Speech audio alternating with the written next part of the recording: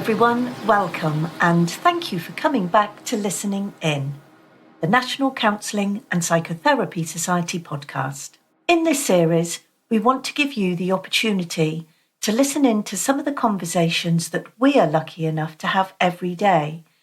That is, with a variety of people and organisations all working in the field of mental health and wellbeing. In our first episode of 2026, we welcome Meera Vohora, who's a pluralistic counsellor, grief and loss specialist, and refugee support volunteer with Care for Calais. Meera holds a Master's in Refugee Care from the University of Essex, where her training was rooted in a psychosocial approach, one that views psychological well-being as inseparable from social, cultural, political, and relational contexts. This course enabled her to explore not just trauma, but how war, displacement, culture, family identity, and the systems people move through all shape their well-being. As you'll hear in our conversation, Meera was born in Kenya of Indian heritage, and she later moved to the UK, so it's clear how her own experiences of identity, belonging, and cultural dislocation inform her professional work. Her practice today centres on trauma-informed relational approaches that recognise grief, resilience, and the full humanity of her clients. As fellow practitioners, we all know there are often very clear reasons why we end up doing the work we do. So if it's okay, just help us understand a little bit about your background, where you've come from, and how it is that that's led you to us being sat here chatting together today. So I was born and brought up in Kenya, in Nairobi, Kenya, in East Africa, and I came to the UK for university and stayed here for up until then. But I came to study here. And I seemed to, as I was studying and sort of trying to find myself, my father died during this period, and I just felt like something in my identity was just missing. There was something that was just not there, and I just felt, I guess it was more about wanting to be drawn back to community and understanding what that meant, coming through. So I think, so sort of looking at belonging, and I think that was really the issue, where you sort of come to a new country and you're trying to find yourself, and you're understanding where you belong, whether there's sort of similarities between people that you can, and that's not to say that the UK wasn't welcoming, because it was very, it is a very welcoming place. But something was missing, and I went through my later life. So I graduated and then worked in public relations. That's where I went, and just having that fast pace life as well, where you're zooming everywhere. You sort of just take a moment, and I think I sat down and I was just like, there is definitely something missing. So I packed it all in, and I just said, I'm going to travel, because I didn't have a chance to do that before university.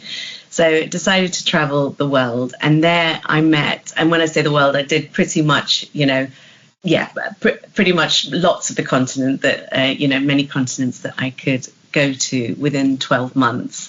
Wow. And just witnessed so many different cultures, and also took time to go off the beaten track a little bit. So see communities and see how they sort of formed relationships, listen to storytelling, in some of the tribes in some of these places and communities, and just how generationally people passed on information and cultures and how they learned from each other. And I just felt a lot of, and that was ages ago, so pre-COVID and everything, I found that there was a lot of that was missing in a lot of the developed countries, that sense of community and belonging. And sadly, I'd caught up in the Bali bombings when I was in Bali, and that made me really sit down and think about what I wanted from myself and what I wanted to life. And coming from Kenya, I had a lot of work with refugee communities. There's one of the biggest camps in refugee camps in Africa that's based in Kenya, Nairobi. And I witnessed a lot of sort of camaraderie in the camps, and a lot of people, you know, just living together and waiting for an outcome and positivity that was coming out in their lives. You know, kids were playing football, they were doing art classes, they were learning English. There was a lot of togetherness that came from there, and I just thought I wanted to do something that sort of allowed myself to witness all that, and also just to help them move forward with their lives and decide where they wanted to go as well, and not for them to be seen as just a statistic at someone's, you know, number that they're coming into the country. They're actually people. And I think because pre-COVID and everything else, after COVID, you know, social media just bombards you with so many messages that come through into your doors, into your homes, and the television comes into that, and you're witnessing hideous things. You know, you're actually seeing so much in the world that just pulls to the heartstrings, you know. And just I sat there and I was just like, I've got to do something. And lo and behold, it was from this from a social media that I learnt that I think it was Pep Guardiola, one of the greatest football managers, that he was getting his honorary his honorary degree from a university, and he shared a story himself, because I know he does a lot of work as well, but he shared a story about a small bird trying to put out a forest fire, one drop of water at a time. And the other, you know, all the other animals started laughing at this, just like, you know, what a ludicrous thing, one bird just trying to put out a small bit of water. And the bird turned to them and said, I'm actually doing what I can. Yeah. And I just thought, that's so beautiful, the way, you know, he's just told that story, and just saying that it's what I can do. And can you imagine if we were all those birds and we all dropped water at the time? And I think that's really just made me think, well, okay, I can't fix the fire, I can't put it all out, but what I can do something. And that's really what sort of led me into this work as well. What a lovely story. The Pep Guardiola story, what a lovely metaphor that is. Yeah, it was beautiful, and it really got to me. And then I was just looking through, and I just thought, well, I think from a personal approach, being a counsellor really just allows you to get into that space and understand people a lot more as well. And at the same time, I did my master's in refugee care with Essex University, and that also just allowed me to sort of, I think, work with Professor Papadopoulos, whose work, he's worked extensively with refugees and asylum seekers, and he challenges a lot of the trauma discourse, which I know we'll talk about in a little bit. But he's developed concepts like involuntary dislocation, which highlights that refugees are forcibly removed from their homes and stripped of their agency, and face social, psychological and economic disruption. And that's the sort of degree that we sort of learned through. And he was challenging us really to look at each refugee, if you like, as emphasizes that, look as the cut of a person. And I really like this, because so the cut of a person stands for sort of so the C is complexity. There are multiple layers of experience that a refugee goes through. And the U is for uniqueness, and that's that no two refugee stories are the same. Everyone's really different.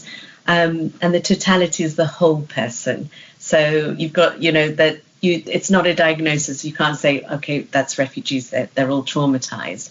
But it's the whole cut of a person that makes it very unique, in terms of it's a reminder that every refugee's experience, if you like, is multifaceted, and trauma and grief are only part of their story that come through. Absolutely. It doesn't define, that trauma does not define them. Is that ultimately what you're saying? Yes, that's ultimately what I'm saying. And I think the Western models of trauma, they don't always fit. And I think people may grow, you know, they can grieve collectively. And I think where I've learned as well in my career, so as I've sort of studied a lot more about grief and loss, which has been so crucial in this line of work as well, because people may grieve collectively, privately, and also somatically, or in ways that aren't captured by Western models completely. So and I think trauma-informed care means respecting those differences while recognizing that there is suffering as well, and it's really important to see that labels don't necessarily fit all the time. And there's a great poet, British poet, Benjamin Zephaniah. Oh, I noticed you've put him in your resources. I was going to mention that. Yeah. And he's written a beautiful, he does lots of poetry, but he wrote a book called Refugee Boy as well. But in it he had said, we can all be refugees, and this is really important. He was just like, all it takes is a mad leader, or no rain to bring forth food, is what he had said. And why I love this quote so much is because it really removes the us and them completely, so that we're all one. And displacement isn't an exception of that. It's a human possibility, and it can happen to everyone. And I think that's so important, just to remember that, that we're sat here as well, and it could at any point happen to us, And when you just look at sort of the fires, I think, in LA that happened recently, not so long ago, last year, but that within a flash your home is gone. Yeah. And what do you do then? And it's just understanding that completely, that really is just, I think, quite important to realize that there is such a massive, it's multifaceted, massive sort of awareness that there is so much to it than just the trauma discourse. You're so right, Meera. It's almost like, what's that phrase? There, but for the grace of God go I. I think things like homelessness, that displacement with homelessness, even if you're still in your own country, and understanding the stories of homeless people and how they've ended up where they are. And again, it's just, a couple of payments, salary missed, or, a separation, or perhaps, and again, actually bereavement, so many different things that contribute, that those building blocks. It's that Jenga, isn't it? The Jenga blocks that build up and then it collapses in on itself, that, as you say, so many of us, all of us, could be susceptible to, whether we really want to think that or not. Yeah, absolutely. And I think you're right. And I know what I must add as well, and I think that's really important, because here I am talking about trauma, and I'm not saying that it isn't real. Of course it's real. What they've gone through is real. And I'm not saying that, and PTSD is real, absolutely. But I think it's important to also understand that it's often, like, for example, like Gaza or parts of Sudan and the Palestine, that they've, it's profound. They've gone through repeated conflict for generations and generations, that they've had. But if we only focus on that, unintentionally, we reduce people to victims. Absolutely. And that's what's hard, to understand that as well. So we're ignoring all the strengths that come from that, their resilience that comes from that, their identities and capacities for growth. And I think that's really key in this. That's why we've just got to remember that there is more to it as well. So let's start from there. But like you said as well, with what comes with displacement is the grief, and that's really, it's not just grief for the people they've lost or the cultures they've lost. I think there's a grief for home, for the concept of home. And I think that's so important to understand, that home is really just big for a lot of them. Where is home, and how do they perceive that? There's loss for and grief for languages, for culture, for their roles, and I think identity, but most of all for their future as well. So something that hasn't even happened. It's just, that's what really sort of, a lot of them are thinking. There's a lot that's sort of been unrecognized or invisible, I think, to the eye, and silenced, because nobody talks about that either. it's grieving perhaps that future they'd planned, those hopes and dreams that they had, which were based in, like you say, their own community, their own lives, their own country and culture, and here they find themselves. So because I'm thinking, as you're talking grief, even perhaps climate, food, all the tastes, the smells, the sounds that they're used to.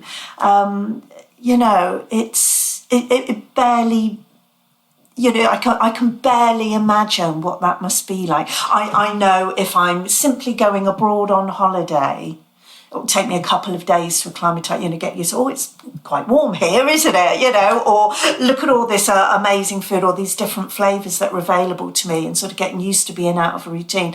To be almost snatched away from something like that under the most dreadful circumstances and then thrust into a whole new way of living and a whole new world. It's astonishing how, as you say, and I know again we'll come on to more about this later, but just how people do come through that. Yes, and that's it. And I think it's really understanding that through all this adversity there is hope. And that's what they do. So I mean, I had just to explain as well that I had a client, a case study that I mentioned, but she came from Sudan, and she's gone through hell to get here, and her journey has been really harrowing, and it took her 2 years to arrive in the UK. Gosh. But arriving here, she's overwhelmed with paperwork and housing and everything else that but it's that drive where it's just like, I don't want to talk about the past at the moment. I don't want to feel pressurized to talk about the past. Just let me be here and now. Let me talk about what I need now, and I need to sort of progress to. And I guess it's almost like she didn't describe herself as grieving either, but it's allowing her to have the space and the trust. I think that's what's really important, the trust between you and her, so that she can gradually come to her own terms to tell you what she's feeling and if she's feeling anything, but just it's all about that survival that kicks in, but the strength that she's had to be able to do that as she's here, and she's here with her husband, and their identities, she's a teacher, her husband's a mechanical engineer, but yet all of that is lost as they've come, back into the UK. They've got 2 children with them, so it's a family that's come a long way with her under harrowing circumstances. But that's in itself just incredible what they've gone through, and it goes pre that as well. I mean, later on, I could go on from all of that, but if you think about sort of the pre-thinking that they have to do, the fact that they actually have to leave the country and how they do it, that sort of goes on for years and years before they actually do that. So there's a lot that comes with this that they sit with and rationalize and sort of plan to get here, and the journeys that they face as well.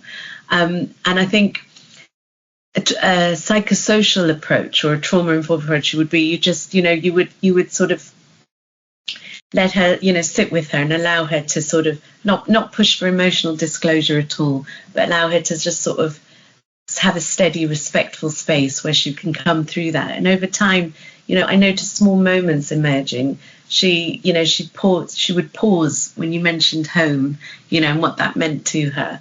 And she'd write, and it's really interesting because this staggers me, Faye, as well, is because when you sort of get children and adults to draw pictures of home and comfort, they draw a house, a normal house with fire coming out of the chimney, and the sort of the comfort that brings. And I think just going on from like centuries, I think everyone sort of had that, almost like something was leading you back home, and the fire from the chimney was what that was, that's you could see home wherever that fire came from the chimney, and the comfort that goes there. And she was talking about sort of stories and lots of storytelling from her grandmother that came through, you know, and music.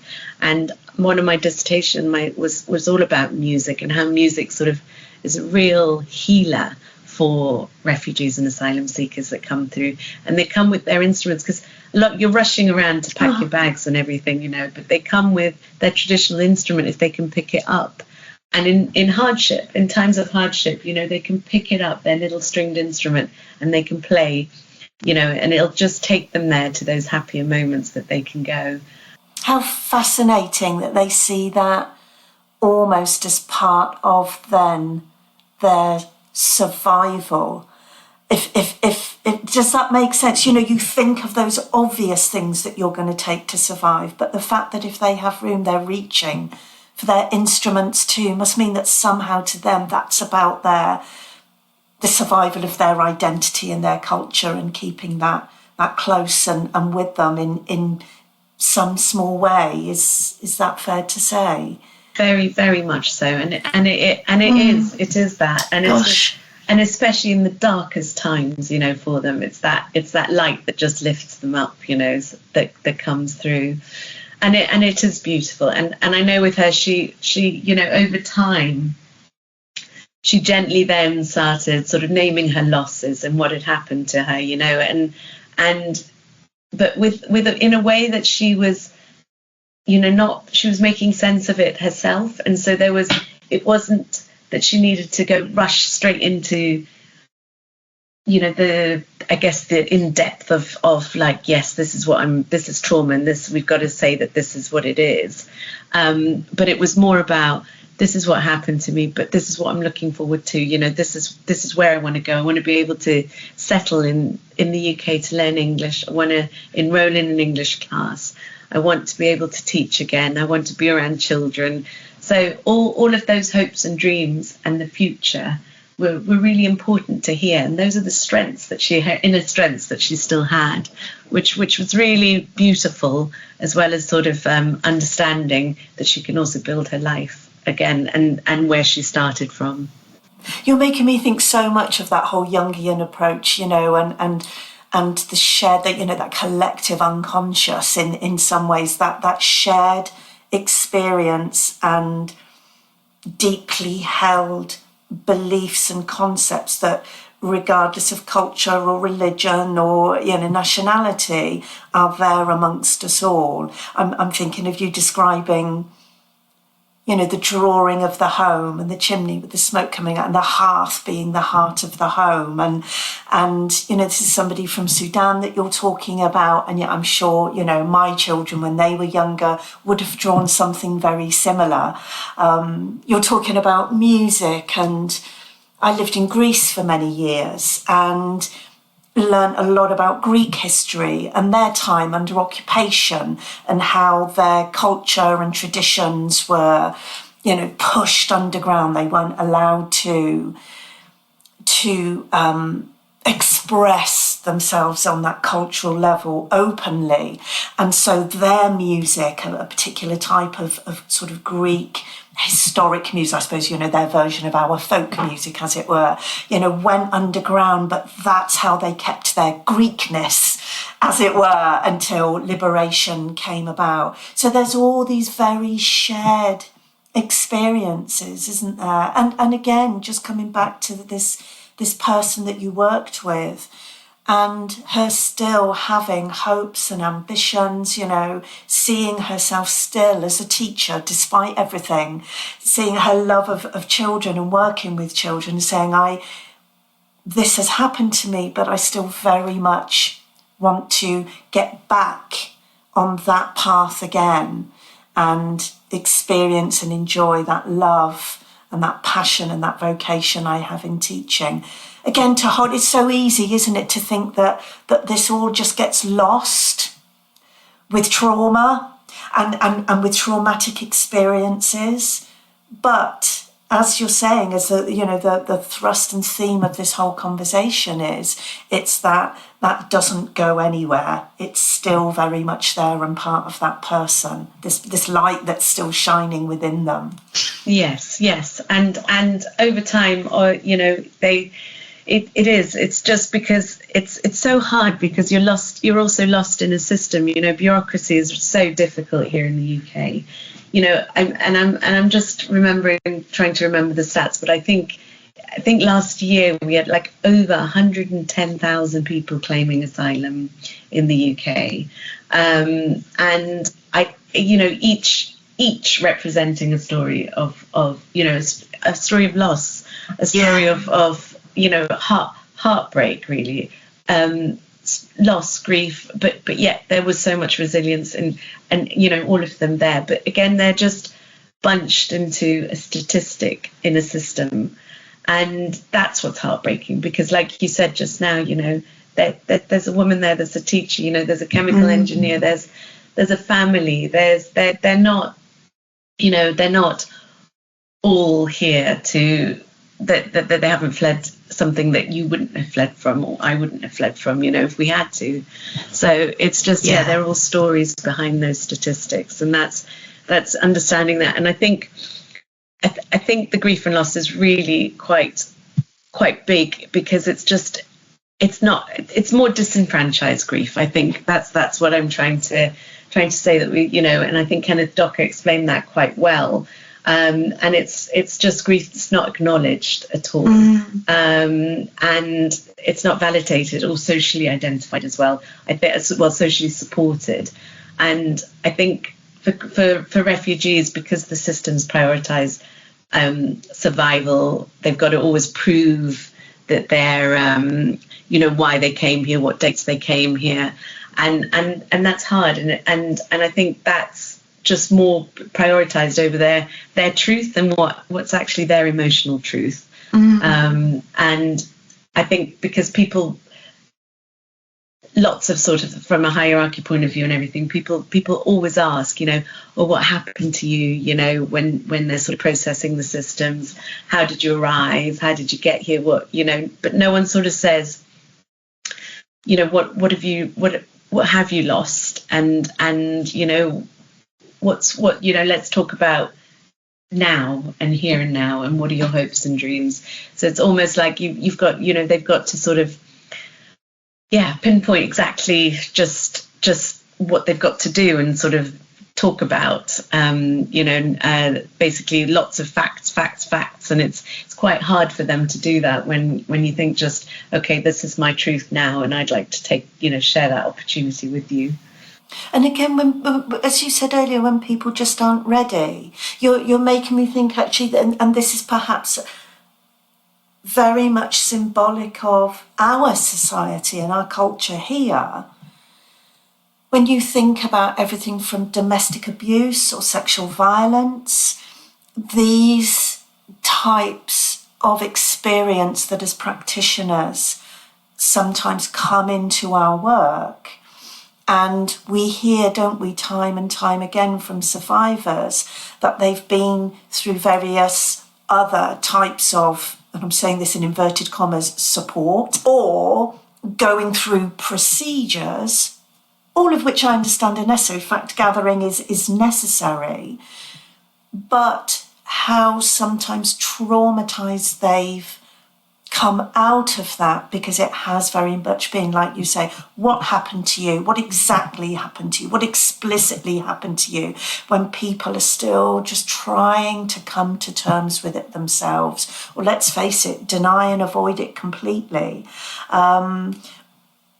until they find their own place and time. And we all know, don't we, that often doesn't happen until somebody is feeling safer. You mentioned trust earlier, until somebody feels that they know this person they're talking to and trusts them to hold this very vulnerable part of themselves, to hold it gently, to hold it safely in a trustworthy way. Only then will people talk. And yet so many different services they go into and are just made to disclose. Yeah, absolutely. And that's it. And it's just, and again, because they're scared as well, and wouldn't you be, you've got harrowing circumstances to get to the UK, and you're scared, and then to be able to just sort of quickly just form these, explain what's all happened to you. That fear is really, you've got to be able to sort of have, I think, dignity as well. It's the dignity and the respect that one needs to be given, so that they can have the choice to be able to say, okay, I'll do this in my own time. I'll be able to share, and I'll be able to sort of be strong again, to be to sort of move forward and understand that I can survive, and I have survived, and I am a survivor. I think that's the truth.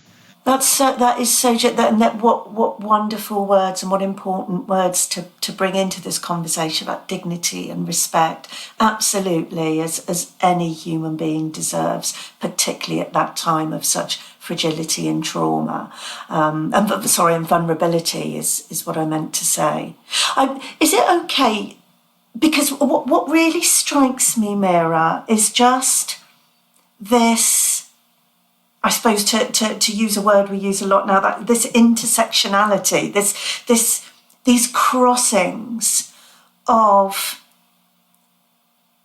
there's words that come to mind that you've mentioned, and themes. So, belonging and identity alongside trauma, and alongside this theme of grief that you mention, all coming together. I'm sure there are others that I haven't mentioned there, but all coming together alongside who this person is, their qualities, their skills, their own experiences and lives that they've lived before this happened to them.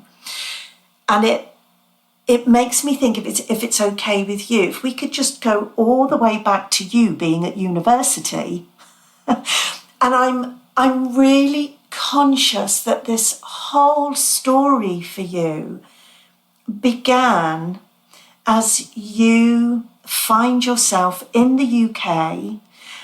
You've come from Africa, and you talked earlier about the people you work with, and the grief and loss of culture and community and those things, and I know obviously in very different circumstances, but you're finding yourself in a similar situation, and then you lose your father, and I'm just really conscious of how many different directions you must have felt pulled in at that time, how many things you were trying to reconcile for yourself at that time.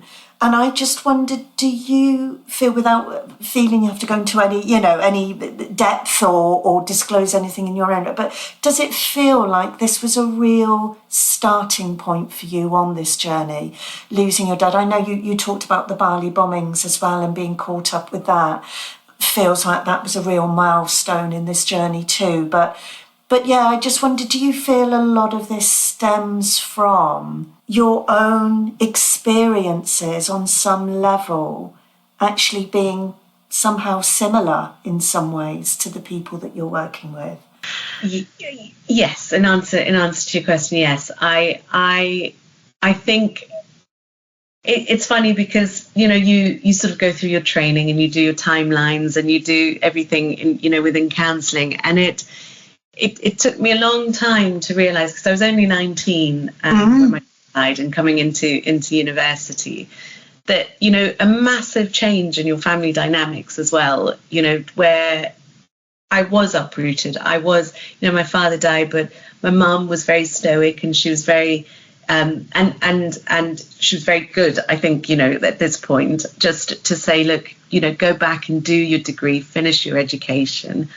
But then, by then I understand why she's done it. But then you're just, you're just like, oh my gosh, that felt like an uproot, a pull that you were, that I had to leave and sort of, go back and not almost park my grief, almost say, okay, my dad's died, but let me just go and finish off the degree and continue where I am and where I've left off.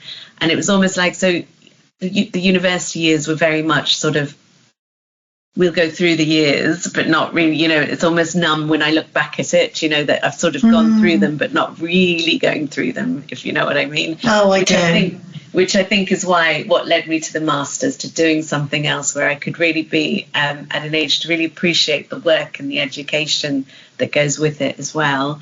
But it did, I was longing for societies that had African drums in them, because I felt that beating the drums was just going to put me closer to earth, to just sort of be part of that environment. At the same time, being of Indian heritage as well, just having a bond with sort of like Bollywood movies, or going to see, just culture that way. And you sort of try and find where you can fit in, I guess, as well, and where you'd be most comfortable with, and also just having a lovely set of English friends, who also wanted to sort of be aware of your culture and your upbringing, and then sharing what they would do as well, because that's what you did as students, and understand a lot more about that as well. So it was a great mix, and just having that to understand and try and fit in. But I think, I'm very blessed as well, because I'm living in London. It's a very diverse city, and I think we're very lucky to be able to live in an environment like this, where you can sort of find your vibe, I guess, and find your groove, just be able to mix in with everyone. And I think that settling in and that belonging, I guess, that you said, yes, it has drawn me to it. And just also to understand, I think I will, just as I'm talking to you, I have remembered a story that's happened to me where I had to go to so obviously my passport, I wasn't fully British at this point, coming into the UK, and didn't realise that I needed a visa to get to another country. And I, for reasons I won't say what country it was, but I'd arrived there, and then I got stopped at the airport, and immigration was quite, they were friendly enough, but still very, it's daunting. It's really scary what happened. But they were very much like, you did need a visa, and therefore we can't let you into the country. So they put me back on the flight to get back. But I just remember that feeling, that sinking feeling of, what have I done? And they take you in the corner, they're interviewing you, and just so, where you've just possibly not understood what you were doing, not understood that you needed something. And for a lot of refugees and asylum seekers, they obviously, these forms are impossible. They're sometimes impossible for me to do. It's not an easy system to navigate. So, understanding the levels of work that they've got to do, and a lot of them don't speak English, or better still, a lot of them don't know how to use the phones or the internet on the phone. So some of these forms are all internet based that they've got to do. But some of them, they can't access all that and know how to do that. So that's quite difficult.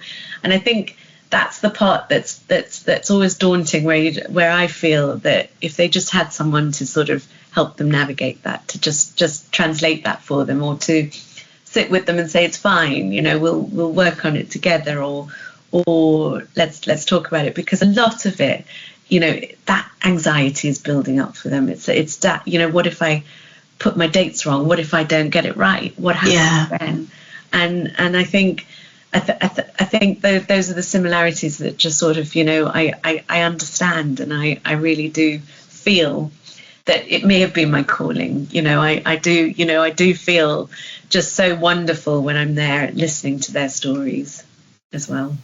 That's so lovely. And I know I want to just touch, I'm conscious of the time. I do want to come back to the master's degree that you did, and just see if there's any more little sort of lovely nuggets that we can pull out of that. But when you and I first met, Meera, and you helped me understand about the work you do and the take on it that you learn, partly in your work with refugees, but also through your training, it's always been very much, again, about this, to find the positive parts of this. And again, not toxic positivity, but to understand there's balance in all of this. Of course, there's the trauma, but what else is there? And you talked earlier about, I think it was you mentioned the very large refugee camp in Nairobi, did you say? And it really struck me when you were describing that what you saw there was the coming together, the making the best of something that people there were doing. What I mean is when you were saying that they'd pulled together and created their own community while they were in this dislocated, displaced place, temporary place, but were trying to make something tangible and bearable within that. It's really odd. I have to say, sorry, I was watching at the weekend the film. It's an old film of The Empire of the Sun. I don't know if you know it. I'd read the book decades ago in my earlier years, but I'd actually never seen the film, which is this big Spielberg, Oscar-winning film. But it's about expats being prisoners of war in Japan in the Second World War. And what struck me watching that actually was how there they are in these internment camps, and yet they've created a whole little functioning community of bargaining and exchanging of goods and knowledge and experience, and setting up all these little branches that we would recognise from our own communities around us, but they're doing it in this dreadful, awful circumstances they find themselves under. So sorry to bring it back to my point. I just wonder, what you see that clearly there's something within you personally that sees this positive side of what human beings are bringing to these difficult situations they find themselves in. And then you find yourself on this master's programme, which takes that and it looks at it, in an academic, theoretical, but also in a way that you can apply to your work. Can you just tell us a little bit more about that degree that you did, the master's that you did, and what aspects of it? I appreciate you've already touched on some of them, but reflect everything that I've just described about what people can bring into those situations, the human spirit of it. Yeah, absolutely.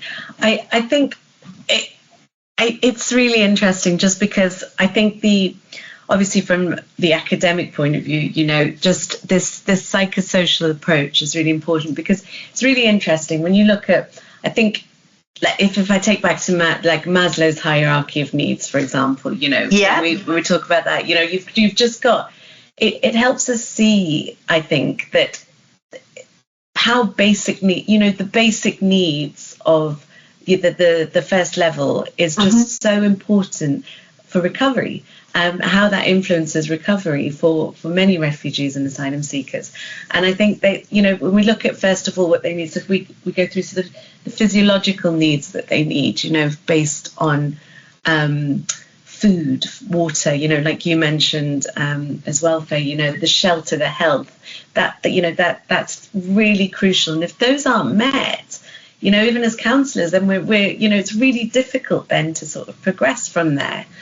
And then their safety needs need to be looked after, and then we're looking, by that, we're looking at sort of their physical and their emotional security, because, again, within some of these areas, they also need to be safe, and whether it's in the refugee camps or in the accommodation that they're here in the UK.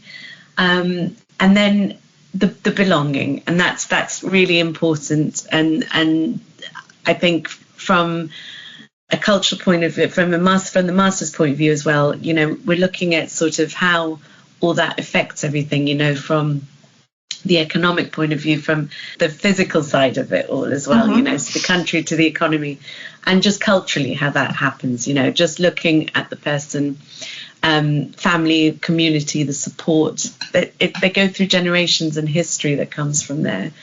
And the respect and recognition they have in their identity, that's really important too.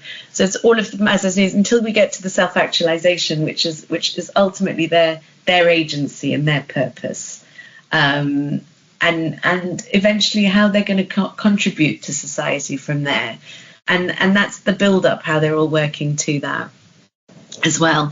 And what's really, I think, important, so the degree, and even with I think Renos Papadopoulos, what he's saying is it's of course, starting with trauma, if we start with trauma alone, we can unintentionally, I think, reinforce this victim narrative, which I was talking about, which we don't want to do, but also it just overshadows completely their strengths, and he talks about it as a adversity activated model, and that's very much where you're looking at their strengths that are coming out from their resilience, and that's what we focus on initially, and also to bear in mind that sometimes what they're coming across is grief. It's, there are so many ways to look at grief and loss. And I think, we have to bear in mind that there's ambiguous loss that they've got through, which is where, they're not there with their family, they're missing their family, or their family isn't confirmed to be alive or dead. So it's a lot that they have to go through. Yeah. It's cumulative as well, where they've, you've got one loss after another that they're facing as well. So it's not only the loss of home, it's loss of, their family, or friends that they've done along the journey. They may have, had a lot of loss there as well. So it's just one after another, and the mass grief, which is quite important for refugees as well, I think, and that shows up in the anxiety and the anger that they may feel as well, and some physical symptoms that they're going to get from there as well. So I think it's really important to get a sense of all of that before we can come to any form of diagnosis, and that's really important, so that their identity keeps strong in what they want as well. Yeah, I love that word agency that you used. That really struck me, that actually, I suppose, being in that process, being in a refugee camp or here as an asylum seeker, that agency must get really taken. I was thinking when you said the word, I was sort of thinking, what do I see the opposite of that being? And I was thinking of things like impotency or being stuck, helpless, hopeless, because everything is taken. Again, you're thinking of the form filling that you've talked about, or the processes that they have to go through, or the information they have to provide. And actually, what they may have in their heart, their own solutions, their own ideas and creative ways of helping themselves. It must get very easy to feel that all gets taken away from you when you're in that situation. And so if I'm understanding correctly, this sort of therapeutic approach to working with refugees and asylum seekers is about giving them some of that agency back and helping them and nurturing them and finding and allowing them, giving them permission to find, and the time and space to find their own ways of what they want to do here and now and what they might want to do in the future. Am I right in describing it that sort of way? Yes, that's right. And I think what's important as well is just because there's so many influences that are there as well, that it's trying to sort of allow them to have that space. And I mentioned the safety. It's about that safety and that space where they can just sit and be, but also where sometimes it's non-verbal as well. So it's just having that moment where they can express it whatever way they can do, because they may not. Words are so tricky, in language. Yeah, it's difficult to be able to express that. So it's just having that non-verbal way, and again, which I didn't mention, is also translators. Once a lot of them have translators, or they're translating into their phone, and sometimes it's lost in translation as well, to really understand what they've gone through or what they're feeling, or having the right words that match up through it all. So sometimes it's just a lovely way of actually just sitting in that space with them, where they can communicate in a way that they want to. So be it having a painting, having a story, a poem, or something that they can sort of share with you, or even I think an artifact or something that they've got from their country that they want to share with you as well, and that's really important, and that just gives them, again, like you said, agency, so they can do it in their own pace and at their own time. What incredible work it is that you're doing. What an incredible approach, way to think of this work as well, that's obviously there in that master's programme that you completed. And I'm thinking as well how so many of these ideas and concepts, I appreciate we're talking about them in this very particular context, but I imagine there's a lot here that people, practitioners that are listening to this, can take away and into their own client work, regardless who that's with, and what they're presenting issues, what it is that they're trying to talk through. And I know when we were preparing for this conversation, I was sort of asking you, what is it that you'd really like people to take away from this, from listening to this? And I know you talked about presence, you talked about this work being ultimately about presence. And I think that's really come across in the conversation. Is there anything you want to add about that and those sort of reflections, pulling all of this together, and what you would like people to think about and take away? Yeah, I think it's really important that we all slow down a little bit. I think I think that's really crucial, because we are, as I said earlier in my at the beginning of this, we are bombarded by messages, and it's really hard to decipher what's true and what's not. And also, so and I talk for members of the public, for volunteers who also do it, for counsellors who deal with the work as well. It's really hard because information is so easy to obtain nowadays, and it's there, and it's to understand what's accurate and what's not. But just to slow down and to resist the labels and the I guess the fixing, because even though I know we don't fix, and we're trained that way, but it's just to be still seen as being the saviours and the rescuers is really it's very hard sometimes not to fall into that, and I speak for myself as well, because it's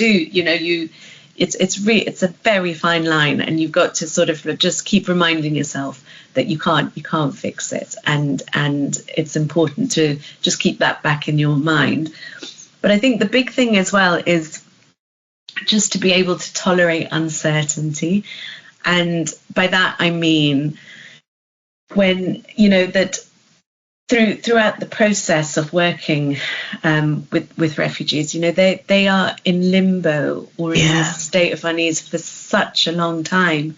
So the work that you're doing with them, like, and I guess I don't know, every counsellor works differently, but you sort of sit down and you've got goals or you've got aspirations to do it, or there's always some sort of not closure per se, but sort of something that you can move along from and develop and move from, or have a goal that you've achieved.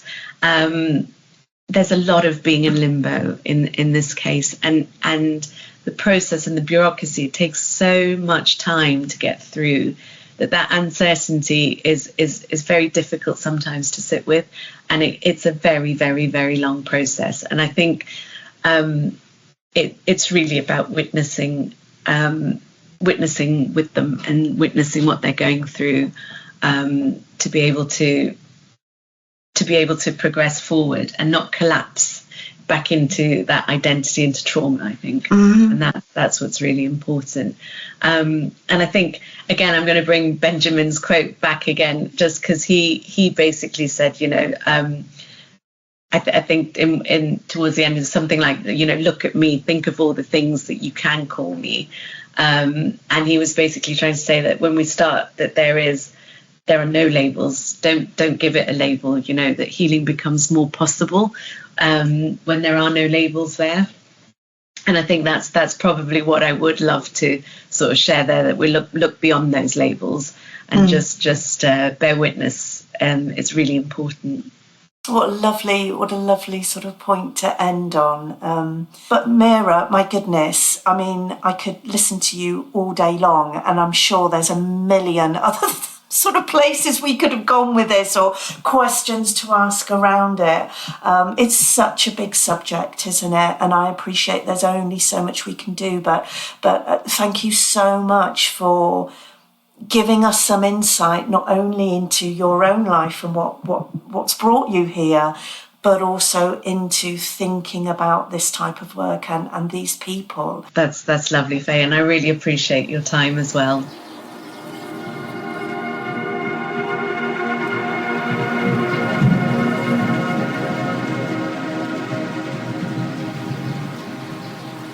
Thank you to Meera for joining us today, and thank you for listening in. You can find a variety of links related to this conversation in the show notes below. And do remember, Meera is presenting a lunchtime learning webinar for the NCPS later in the year. For more details about that, please visit our website. This podcast is brought to you by the National Counselling and Psychotherapy Society, a professional home for counsellors, psychotherapists, and over 120 wellbeing organisations across the UK. Autonomy, diversity, creativity, and community are at the heart of what we do. We're creating a positive space for conversations with people who share common beliefs and goals, because together, our voice is louder. If you would like to know more about the NCPS, please visit www.ncps.com for more information. And please remember to follow and subscribe to this podcast so you're always part of the conversation.